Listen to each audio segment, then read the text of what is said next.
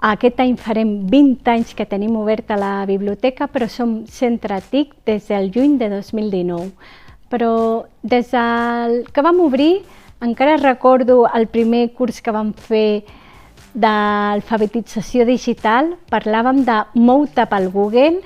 Llavors, com vam començar a treballar molt, perquè ens agradava molt treballar per erradicar la bretxa digital que hi havia. No hem nascut tots coneixent el món digital.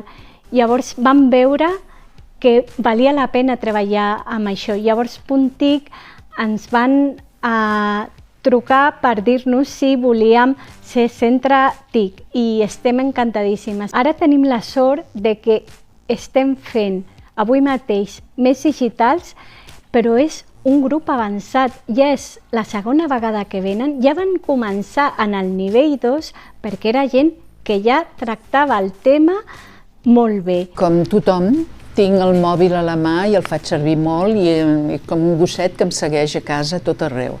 El que passa que, com tothom, és molt intuïtiu el que hem fet, no hem anat a cursos.